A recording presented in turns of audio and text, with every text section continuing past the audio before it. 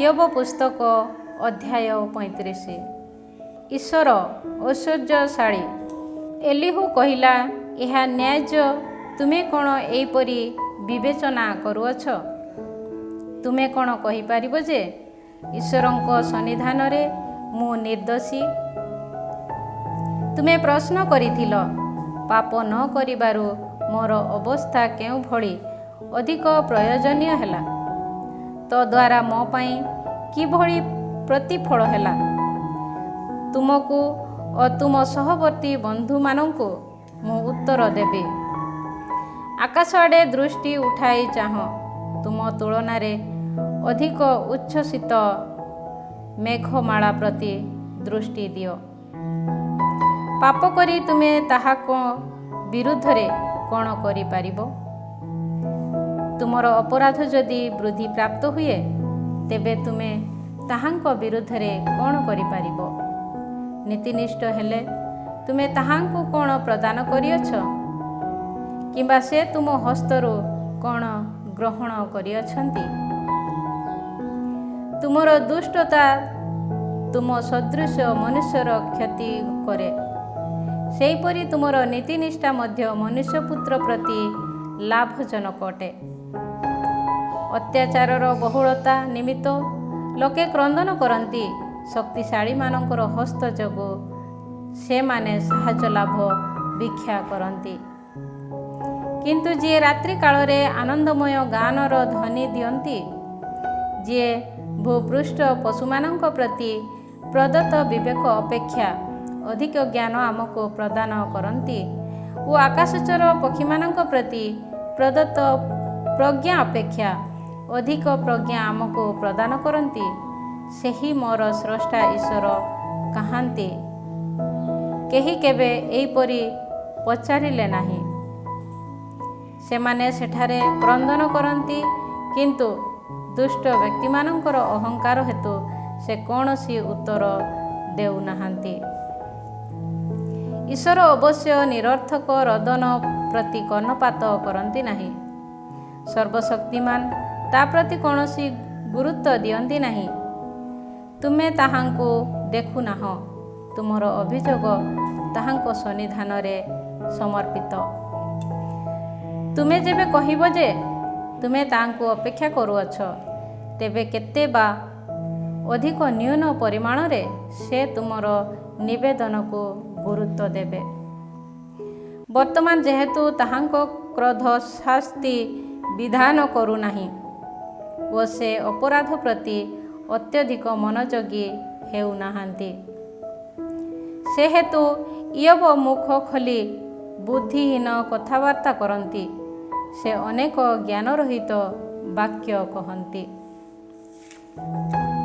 ଅଧ୍ୟାୟ 36। ଇୟୋବଙ୍କ ଯାତନାର ଯଥାର୍ଥ ଅର୍ଥ। ଏଲିହୁ ପୁନରାୟ କହିଲା, ମୋ ପ୍ରତି ଆହୁରି ଅଳ୍ପ ସମୟ ଧରି ଧୈର୍ଯ୍ୟଶାଳୀ ହୁଅ, ମୁଁ ସ୍ପଷ୍ଟ ଭାବେ ବ୍ୟାଖ୍ୟା କରିବି। ଈଶ୍ୱରଙ୍କ ନିମନ୍ତେ ମୋର କହିବା ପାଇଁ ଆହୁରି କେତେକ ବିଷୟ ରହିଛି। ମୋର ଯୁକ୍ତିବାଦକୁ ବ୍ୟାପକ ଭାବେ ମୁଁ ସ୍ଥାପନ କରିବି। ମୋର ସ୍ରଷ୍ଟାଙ୍କ ନୀତିନିଷ୍ଠାକୁ ମୁଁ ସମର୍ଥନ କରିବି, କାରଣ ମୋର କଥା କପଟଜନିତ ନୁହେଁ। ଜଣେ ଜ୍ଞାନସିଦ୍ଧ ବ୍ୟକ୍ତି ତୁମ ସମ୍ମୁଖରେ ବିଦ୍ୟମାନ। ଈଶ୍ୱର ଶକ୍ତିଶାଳୀ ଅଟନ୍ତି, ସେ କାହାକୁ ଅବଜ୍ଞା କରନ୍ତି ନାହିଁ। ଶକ୍ତି ତଥା ବିବେଚନାରେ ସେ ପ୍ରବୀଣ ଅଟନ୍ତି। ସେ ଦୁଷ୍ଟ ବ୍ୟକ୍ତିକୁ ଜୀବିତାବସ୍ଥାରେ ସଂରକ୍ଷଣ କରନ୍ତି ନାହିଁ, କିନ୍ତୁ ପ୍ରପୀଡ଼ିତମାନଙ୍କୁ ସେମାନଙ୍କର ନ୍ୟାୟାଧିକାର ପ୍ରଦାନ କରନ୍ତି। ଧାର୍ମିକମାନଙ୍କଠାରୁ ସେ ନିଜର ଚକ୍ଷୁ ପ୍ରତ୍ୟାହାର କରନ୍ତି ନାହିଁ, ବରଂ ସିଂହାସନାସୀନ ରାଜାମାନଙ୍କ ସଙ୍ଗରେ ସେମାନଙ୍କୁ ଅଧିଷ୍ଠିତ କରାନ୍ତି ଓ ସେମାନେ ସେହିପରି ଉନ୍ନୀତ ହୁଅନ୍ତି। ସେମାନେ ଯଦି ଶିକୁଳିରେ ଆବଦ୍ଧ ହୁଅନ୍ତି ଓ ଯାତନାର ସୂତାରେ ବନ୍ଧା ହୁଅନ୍ତି, ତେବେ ସେମାନେ ଯେ ଔଦ୍ଧତ୍ୟପୂର୍ବକ ଆଚରଣ କରିଛନ୍ତି, ଏହିପରି ପ୍ରକଟ କରି ସେମାନଙ୍କର କର୍ମ ତଥା ଅପରାଧକୁ ଘୋଷଣା କରନ୍ତି। ଶିକ୍ଷାଲାଭ କରିବା ପାଇଁ ସେ ସେମାନଙ୍କ କର୍ଣ୍ଣ ଖୋଲି ଦିଅନ୍ତି। ତାର 10 ପଥରୁ ଫେରିବା ପାଇଁ ଆଦେଶ ଦିଅନ୍ତି। ତାହା ଶୁଣି ସେମାନେ ଯଦି ତାହାଙ୍କର ସେବା କାର୍ଯ୍ୟ କରନ୍ତି, ତେବେ ନିଜ ଦିନ ସବୁକୁ ଐଶ୍ୱର୍ଯ୍ୟରେ ଓ ସମ୍ବତ୍ସର ଗୁଡ଼ିକୁ ଆନନ୍ଦରେ ସେମାନେ ସମ୍ପୂର୍ଣ୍ଣ କରନ୍ତି। କିନ୍ତୁ ସେମାନେ ଯଦି ନ ଶୁଣନ୍ତି, ତେବେ ସେମାନେ ଖଡ୍ଗ ଦ୍ୱାରା ବିନଷ୍ଟ ହୁଅନ୍ତି ଓ ଜ୍ଞାନ ରହିତ ଭାବେ ମୃତ୍ୟୁବରଣ କରନ୍ତି। ଅଧର୍ମୀମାନେ କ୍ରୋଧକୁ ସହୃଦୟରେ ଲାଳନ ପାଳନ କରନ୍ତି। ସେ ସେମାନଙ୍କୁ ଯେବେ ଆବଦ୍ଧ କରନ୍ତି, ସେମାନେ ତେବେ ସାହାଯ୍ୟ ପାଇଁ ନିବେଦନ କରନ୍ତି ନାହିଁ। ସେମାନେ ଯୌବନ କାଳରେ ମୃତ୍ୟୁ ମୁଖରେ ପଡ଼ନ୍ତି। ସେମାନଙ୍କର ଜୀବନ ଅପମାନରେ ପରିସମାପ୍ତ ହୁଏ। ସେ ପ୍ରପୀଡ଼ିତମାନଙ୍କୁ ଯାତନା ମାଧ୍ୟମରେ ରକ୍ଷା କରନ୍ତି ଓ ଦୁର୍ଦ୍ଦଶା ଜରିଆରେ ସେମାନଙ୍କର କର୍ଣ୍ଣ ଖୋଲି ଦିଅନ୍ତି। ତୁମକୁ ମଧ୍ୟ ସଙ୍କଟରୁ ଏକ ବିଶାଳ ତଥା ଅସଙ୍କୋଚ ସ୍ଥାନକୁ ସେ ଆକୃଷ୍ଟ କରିଅଛନ୍ତି ଓ ଯାହା ତୁମ ମେଜ ଉପରେ ରହିଲା, ତାହା ମେଦପୂର୍ଣ୍ଣ ପଦାର୍ଥ ଥିଲା। କିନ୍ତୁ ତୁମେ ଦୁଷ୍ଟ ବ୍ୟକ୍ତିମାନଙ୍କର ବିଚାରରେ ପରିପୂର୍ଣ୍ଣ ନ୍ୟାୟ ବିଚାର ତଥା ନୀତି ତୁମକୁ ଧରି ରଖେ। କୋପ ଯେପରି ତୁମକୁ ଉପହାସର ପଥ ଆଡ଼କୁ ଆକୃଷ୍ଟ ନ କରେ, ସେଥିପାଇଁ ସାବଧାନ ହୁଅ। ମୋଚନ ମୂଲ୍ୟର ପ୍ରାଚୁର୍ଯ୍ୟ ତୁମକୁ ନ ବୁଲାଉ। କ୍ଳେଶ ଜର୍ଜରିତ ନ ହେବା ପାଇଁ ତୁମର କ୍ରନ୍ଦନ କିମ୍ବା ତୁମର ଶକ୍ତିର ପ୍ରକାଶ କ'ଣ ଉପଯୋଗୀ ହେବ? ଯେଉଁ ସମୟରେ ଲୋକେ ସେମାନଙ୍କ ସ୍ଥାନରୁ ଉଚ୍ଛେଦିତ ହୁଅନ୍ତି, ସେହି ରାତ୍ରିର ଆଗମନ ପାଇଁ ତୁମେ ଆଶା କର ନାହିଁ। 10 ପଥର ଅଭିମୁଖୀ ନ ହେବା ପାଇଁ ସାବଧାନ ହୁଅ, କାରଣ ତୁମେ ଯୋଜନା ତୁଳନାରେ ଏହା ମନୋନୀତ କରିଅଛ। ଈଶ୍ୱର ନିଜ ଶକ୍ତିରେ ମହୋନ୍ନତ, ତାହାଙ୍କ ସଦୃଶ ଅନ୍ୟ ଜଣେ ଶିକ୍ଷାଗୁରୁ କିଏ ବା ଅଛି? କିଏ ତାହାଙ୍କର ଗତିପଥକୁ ନିର୍ଣ୍ଣୟ କରିଅଛି? କିମ୍ବା କିଏ ତାହାଙ୍କୁ କହିବା ପାଇଁ ସକ୍ଷମ ଯେ ତୁମେ ଭୁଲ କରିଅଛ?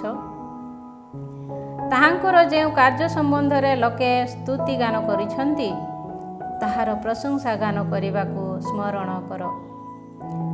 ସମସ୍ତ ଲୋକ ତାହାଙ୍କ ନିରୀକ୍ଷଣ କରନ୍ତି। ମନୁଷ୍ୟ କେବଳ ଦୂରରୁ ତାହା ଦେଖିବାକୁ ପାଏ। ଆମେ ବୁଝିପାରୁ ନଥିବା ଭଳି ଈଶ୍ୱର ମହୋନ୍ନତ ହୋଇ ତାହାଙ୍କର ସମ୍ବତ୍ସର ସକଳ ଗଣନାତୀତ। ସେ ଜଳବିନ୍ଦୁକୁ ଊର୍ଦ୍ଧ୍ୱ ଆଡ଼େ ଆକର୍ଷଣ କରନ୍ତି ଓ ତତ୍ପରେ ତାହାକୁ କୁହୁଡ଼ିରୁ ବୃଷ୍ଟିପାତ କରାନ୍ତି। ଆକାଶମଣ୍ଡଳ ତାହା ଢାଳି ଦିଏ ଓ ମନୁଷ୍ୟ ଉପରେ ତାହା ପ୍ରଚୁର ରୂପେ ବର୍ଷଣ କରେ। ମେଘମାଳାର ବିସ୍ତାର ଓ ତାହାଙ୍କ ବିତାନ ମଧ୍ୟସ୍ଥ ମେଘର ଗର୍ଜନ ସମ୍ବନ୍ଧରେ କେହି କେବେ କ'ଣ ବୁଝିପାରିବ? ନିଜ ଚତୁଃପାର୍ଶ୍ୱରେ ସେ ବିଦ୍ୟୁତ ଝଲକ ବିକ୍ଷିପ୍ତ କରନ୍ତି ଓ ସମୁଦ୍ରର ମୂଳକୁ ଆବୃତ କରନ୍ତି। ଏ ସମସ୍ତ ଦ୍ୱାରା ସେ ଲୋକମାନଙ୍କୁ ଶାସନ କରନ୍ତି ଓ ସେମାନଙ୍କୁ ପ୍ରଚୁର ଖାଦ୍ୟ ଦିଅନ୍ତି। ବିଦ୍ୟୁତ ଝଲକ ଦ୍ୱାରା ସେ ନିଜ ହସ୍ତ ଆଚ୍ଛାଦନ କରନ୍ତି ଓ ଲକ୍ଷ୍ୟ ସ୍ଥାନରେ ଆଘାତ କରିବା ପାଇଁ ଆଦେଶ ଦିଅନ୍ତି। 10 ବିରୁଦ୍ଧରେ କ୍ରୋଧାନ୍ୱିତ ହୋଇ ଯିଏ ଅସହିଷ୍ଣୁ ହୁଅନ୍ତି, ତାହାଙ୍କ ସମ୍ବନ୍ଧରେ ତାହାର ଗର୍ଜନ ଘୋଷଣା କରନ୍ତି। ଅଧ୍ୟାୟ 37। ସଂସାର ଈଶ୍ୱରଙ୍କ ଶକ୍ତିକୁ ଘୋଷଣା କରେ। ଏଥିରେ ମୋର ହୃଦୟ ମଧ୍ୟ କମ୍ପିତ ହୁଏ ଓ ସୁସ୍ଥାନରେ ଲମ୍ପ ଦିଏ। ତାହାଙ୍କ ସ୍ୱର ଗର୍ଜନ ରବ ଓ ତାହାଙ୍କ ମୁଖ ନିଃସୃତ ଘଡ଼ ଘଡ଼ ଶବ୍ଦ ପ୍ରତି କର୍ଣ୍ଣପାତ କର। ଆକାଶମଣ୍ଡଳ ତମାମ ତାହା ବ୍ୟାପ୍ତ ହେବା ପାଇଁ ସେ ଅନୁମତି ଦିଅନ୍ତି ଓ ତାହାଙ୍କ ବିଦ୍ୟୁତ ଝଲକକୁ ପୃଥିବୀର ସୀମା ସରହଦ ପର୍ଯ୍ୟନ୍ତ ପଠାଇ ଦିଅନ୍ତି। ତତ୍ପରେ ତାହାଙ୍କ ଗର୍ଜନ ଶୁଣାଯାଏ। ସେ ନିଜର ମହତ୍ତ୍ୱ ବିଶିଷ୍ଟ ରବ ଦ୍ୱାରା ଗର୍ଜନ କରନ୍ତି। ତାହାଙ୍କ ସ୍ୱର ଶୁଣାଯିବା ବେଳେ ସେ ବିଦ୍ୟୁତ ଝଲକକୁ ବାରଣ କରନ୍ତି ନାହିଁ। ନିଜ ରବ ଦ୍ୱାରା ଈଶ୍ୱର ଆଶ୍ଚର୍ଯ୍ୟାନ୍ୱିତ ଭାବେ ଗର୍ଜନ କରନ୍ତି। ଆମେମାନେ ଯେପରି ବୁଝି ନ ପାରୁ ସେ ସେହି ମହତ୍ କାର୍ଯ୍ୟ ସାଧନ କରନ୍ତି। ହିମକୁ ସେ କହନ୍ତି, ପୃଥିବୀ ଉପରେ ନିପତିତ ହୁଅ ଓ ବୃଷ୍ଟିପାତକୁ ଆଦେଶ ଦିଅନ୍ତି, ପ୍ରବଳ ସ୍ରୋତରେ ବର୍ଷିତ ହୁଅ। ସମସ୍ତ ମନୁଷ୍ୟ ଯେପରି ତାହାଙ୍କ ହସ୍ତକୃତ କାର୍ଯ୍ୟ ସମ୍ବନ୍ଧରେ ଅବଗତ ହୁଅନ୍ତି, ସେଥି ସକାଶେ ସେ ପ୍ରତ୍ୟେକ ମନୁଷ୍ୟର ଉଦ୍ୟମକୁ ମୁଦ୍ରାଙ୍କନ କରନ୍ତି। ସେ ସମୟରେ ବନ୍ୟ ପଶୁ ସମୂହ ସେମାନଙ୍କ ଆଶ୍ରୟ ସ୍ଥାନକୁ ଯାଆନ୍ତି। ସେମାନେ ନିଜ ଗହର ମଧ୍ୟରେ ରହନ୍ତି। ଘୂର୍ଣ୍ଣିବାୟୁ ଦକ୍ଷିଣ ସ୍ଥଳରୁ ଆସେ ଓ ଉତ୍ତର ବାୟୁ ଶୀତ ବିଛୁଡ଼ି ଦିଏ। ଈଶ୍ୱରଙ୍କ ନିଶ୍ୱାସ ବଳରେ ବରଫ ତିଆରି ହୁଏ ଓ ଜଳ ରାଶିର ଉପରି ଭାଗ ଘନୀଭୂତ ହୁଏ। ସେ ନିବିଡ଼ ମେଘମାଳାକୁ ଆର୍ଦ୍ରତାରେ ଭରି ଦିଅନ୍ତି ଓ ମେଘମାଳା ତାହାଙ୍କ ବିଦ୍ୟୁତ ଝଲକକୁ ବିକ୍ଷିପ୍ତ କରନ୍ତି। ତାହାଙ୍କ ନିୟନ୍ତ୍ରଣାଧୀନରେ ସେଗୁଡ଼ିକ ଘୂର୍ଣ୍ଣିତ ହୁଏ। ବାସଯୋଗ୍ୟ ଭୂପୃଷ୍ଠରେ ସେମାନେ ତାହାଙ୍କ ଆଦେଶକୁ କାର୍ଯ୍ୟକାରୀ କରନ୍ତି। ସଂଶୋଧନ ପାଇଁ ହେଉ କିମ୍ବା ତା କ୍ଷେତ ସକାଶେ ହେଉ ଅଥବା ସ୍ନେହ ସକାଶେ ହେଉ, ତାହା ଘଟିବାକୁ ସେ ଦିଅନ୍ତି। ହେ ଇୟୋବ, ଏହା ଶୁଣ, ସ୍ଥଗିତ ହୋଇ ଈଶ୍ୱରଙ୍କ ବିସ୍ମୟାବହ କାର୍ଯ୍ୟକଳାପ ସମ୍ବନ୍ଧରେ ଅନୁଧ୍ୟାନ କର। ତୁମେ କ'ଣ ଜାଣ ଯେ ଈଶ୍ୱର ନିଜ ଆଜ୍ଞାବଳୀ ଜରିଆରେ ମେଘକୁ ଆଦେଶ ଦେଇ ମେଘମାଳାର ବିଦ୍ୟୁତ ଝଲକକୁ ପ୍ରଦୀପ୍ୟମାନ କରନ୍ତି? ତୁମେ କ'ଣ ଏହା ମଧ୍ୟ ଜାଣ ଯେ ଜ୍ଞାନସିଦ୍ଧ ତାହାଙ୍କ ଆଶ୍ଚର୍ଯ୍ୟାନ୍ୱିତ କାର୍ଯ୍ୟ ମାଧ୍ୟମରେ ମେଘମାଳା କିପରି ଊର୍ଦ୍ଧ୍ୱରେ ସମତା ରକ୍ଷା କରୁଛି? ଦକ୍ଷିଣରୁ ପ୍ରବାହିତ ବାୟୁ ହେତୁ ପୃଥିବୀ ଯେବେ ନିଶ୍ଚଳ ହୁଏ, ତେବେ ତୁମର ବସ୍ତ୍ର କିପରି ଉତ୍ତପ୍ତ ହୋଇ ରହିଛି? ଧାତୁ ଦର୍ପଣ ଭଳି ଘନତ୍ୱ ବିଶିଷ୍ଟ ଆକାଶକୁ ତୁମେ କ'ଣ ତାହାଙ୍କ ସଦୃଶ ବିସ୍ତାର କରିପାରିବ? ଆମେମାନେ ତାହାଙ୍କୁ କ'ଣ କହିବା? ତା ସମ୍ବନ୍ଧରେ ଆମକୁ ଶିକ୍ଷା ଦିଅ। ଆମେ ଜାଣୁନାହୁଁ ଯେ ଅନ୍ଧକାର ଯୋଗୁଁ ଆମର ଅଭିଯୋଗକୁ କିପରି ଜାଣିବାକୁ ହେବ? କଥା କହିବା ପାଇଁ ମୁଁ ଯେ ଇଚ୍ଛୁକ, ତାହାଙ୍କୁ କ'ଣ ଏହା ଜଣାଇ ଦିଆଯିବ? ଗ୍ରାସିତ ହେବା ପାଇଁ କେହି କେବେ କ'ଣ ଆଶା କରେ? ବାୟୁ ପ୍ରବାହ ଯୋଗୁଁ ମେଘମାଳା ଦୂରେଇ ଯିବା ପରେ ଆକାଶକୁ ଜଳିତ କରୁଥିବା ଆଲୋକକୁ ଲୋକେ ଚାହିଁ ପାରୁନାହାନ୍ତି। ଉତ୍ତରରୁ ସୁବର୍ଣ୍ଣମୟ ଦୀପ୍ତି ଉଭା ହୁଏ। ଈଶ୍ୱର ଭୟାବହ ମହତ୍ତ୍ୱ ପରିହିତ ହୁଅନ୍ତି। ସର୍ବଶକ୍ତିମାନ ଆମକୁ ଅଦୃଶ୍ୟ ଶକ୍ତି ତଥା ନୀତିନିଷ୍ଠାରେ ସେ ମହୋନ୍ନତ ନ୍ୟାୟ ବିଚାର କରିବା ପାଇଁ ସେ ଉଦାସୀନ ହେବେ ନାହିଁ। ଅତଏବ ମନୁଷ୍ୟ ତାହାଙ୍କ ପ୍ରତି ଭୟଭକ୍ତି ପ୍ରଦର୍ଶନ କରେ। ନିଜ ବିବେଚନାରେ ଯେଉଁମାନେ ନିଜକୁ ବିଜ୍ଞ ମନେ କରନ୍ତି, ସେ ସେମାନଙ୍କ ପ୍ରତି କୌଣସି ପରିଗଣନା ଦିଅନ୍ତି ନାହିଁ। ଅଧ୍ୟାୟ 38। ଈଶ୍ୱରଙ୍କ ଭାଷଣ ସ୍ରଷ୍ଟାଙ୍କ ପ୍ରଜ୍ଞା ସମ୍ମୁଖରେ ପ୍ରଣିପାତ ଆବଶ୍ୟକ। ସେ ସମୟରେ ପ୍ରଭୁ ଘୂର୍ଣ୍ଣିବାୟୁ ମଧ୍ୟରୁ ଉତ୍ତର ଦେଇ ଇୟୋବଙ୍କୁ କହିଲେ, ଜ୍ଞାନ ରହିତ କଥା ଦ୍ୱାରା ଯିଏ ମୋର ଉପଦେଶକୁ ତିମିରାଚ୍ଛନ୍ନ କରିଦିଏ, ସେ କିଏ? ଜଣେ ପୁରୁଷ ସଦୃଶ ତୁମର କୋଟି ଦେଶକୁ ତୁମେ ଭିଡ଼ି ଦିଅ। ମୁଁ ତୁମକୁ ପଚାରିବି ଓ ତୁମେ ମୋତେ ଉତ୍ତର ଦେବ। ମୁଁ ଯେବେ ପୃଥିବୀର ଭିତ୍ତିମୂଳକୁ ସ୍ଥାପନ କଲି, ତେବେ ତୁମେ କେଉଁଠି ଥିଲ? ତୁମେ ଯଦି ଜାଣ, ତେବେ ମୋତେ ଉତ୍ତର ଦିଅ। ତୁମେ କ'ଣ ଜାଣ କିଏ ତାହାର ଆୟତନ ନିର୍ଣ୍ଣୟ କଲେ, କିମ୍ବା କିଏ ତା ଉପରେ ପରିମାପକ ରଜ୍ଜୁ ବିସ୍ତାର କଲେ? ପ୍ରଭାତୀ ତାରା ସମୂହ ଯେତେବେଳେ ଗାନ କୀର୍ତ୍ତନ କରିଥିଲେ ଏବଂ ଈଶ୍ୱରଙ୍କ ପୁତ୍ରଗଣ ସାନନ୍ଦରେ ଚିତ୍କାର କରିଥିଲେ, ସେତେବେଳେ କାହା ଉପରେ ତାହାର ଭିତ୍ତିମୂଳ ସ୍ଥାପିତ ହେଲା? କିମ୍ବା କିଏ ତାହାର କୋଣ ପଥର ସ୍ଥାପନ କଲେ। ଗର୍ଭରୁ ବାହାରିବା ଭଳି ସମୁଦ୍ର ଯେତେବେଳେ ବହିର୍ଗତ ହେଲା, ମେଘମାଳା ପାଇଁ ମୁଁ ଯେବେ ତାହାର ପୋଷାକ ଓ ନିବିଡ଼ ଅନ୍ଧକାର ପାଇଁ ତାହାର ବସ୍ତ୍ର ପ୍ରସ୍ତୁତ କଲି, ଅର୍ଗଳ ତଥା କପାଟ ସମୂହ ଲଗାଇ ମୁଁ ଯେତେବେଳେ ତାହାର ସୀମା ସରହଦକୁ ନିର୍ଣ୍ଣୟ କଲି, ମୁଁ ଯେବେ ଆଦେଶ ଦେଲି ଯେ ତୁମେ ଏ ପର୍ଯ୍ୟନ୍ତ ଆସିପାରିବ, ଏହାଠାରୁ ଅତିକ୍ରମ କରିବ ନାହିଁ, ଏଠାରେ ତୁମର ଅହଙ୍କାରପୂର୍ଣ୍ଣ ତରଙ୍ଗ ସ୍ଥଗିତ ହେବ, ସେ ସମୟରେ କିଏ ସମୁଦ୍ରକୁ କବାଟରେ ରୁଦ୍ଧ କଲେ? ତୁମ ଜୀବନର ଆରମ୍ଭ ପରେ ତୁମେ କ'ଣ ପ୍ରଭାତକୁ କିଛି ଆଦେଶ ଦେଇଅଛ? କିମ୍ବା ସୂର୍ଯ୍ୟୋଦୟକୁ ତା ସ୍ଥାନ ବିଦିତ କରାଇଅଛ? ସେହିପରି ପୃଥିବୀର ସୀମା ସରହଦ ଅଧିକାର କରିବା ପାଇଁ ତୁମେ କ'ଣ ପ୍ରଭାତକୁ ଆଦେଶ ଦେଇଅଛ ଓ ଦୁଷ୍ଟ ବ୍ୟକ୍ତିମାନଙ୍କୁ ସ୍ୱସ୍ଥାନରୁ ଦଳାୟିତ କରିଅଛ? ମୋହରାଙ୍କିତ ମୃତ୍ତିକା ସଦୃଶ ତାହା ପରିବର୍ତ୍ତିତ ହୁଏ ଓ ବସ୍ତ୍ର ସଦୃଶ ତାହା ରଞ୍ଜିତ ହୁଏ।